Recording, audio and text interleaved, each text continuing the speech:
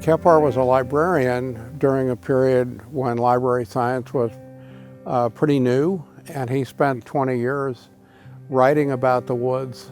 He was the most influential outdoor writer of his period, and he conglomerated what he knew into this book, which is the Book of Camping and Woodcraft.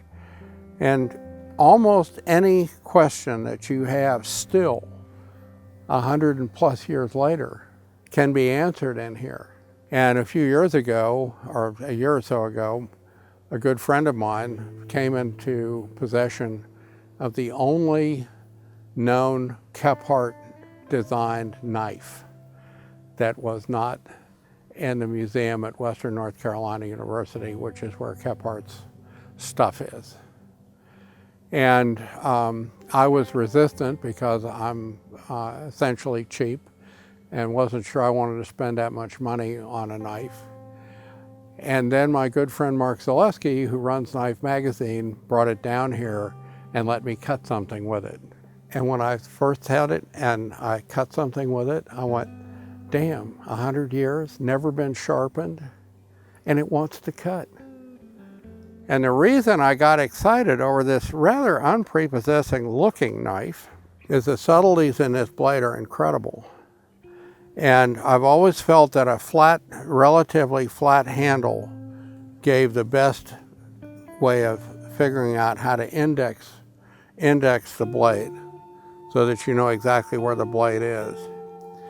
And it's rounded without being flashy. It was they were handmade at the Colclusser Brothers factory in Pennsylvania. But it's a doubly convex blade with a nice tapered tang, and it feels live in your hand. It has a great feel, great balance, and it just works.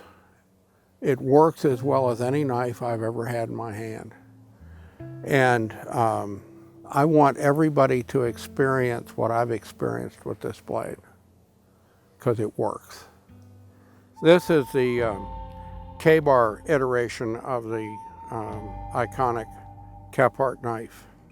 And they have been very careful to do virtually as good a job as get it as close as possible as anybody can get to a knife that was in production, hand forged one by one in a fairly primitive manufacturing facility where people were still pounding them out with a hammer.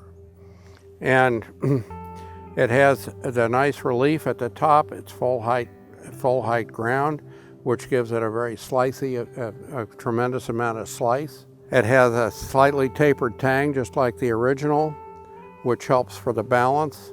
It indexes extraordinarily well, and there's no place you're going to get hot spots. You can work this knife for hours.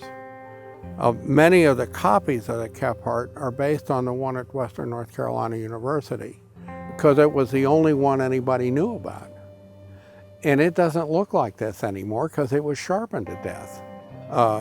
But this one is based off the only known example outside the museum, and that knife is virtually pristine. So this is as close as I think anybody can get to the original Kephart.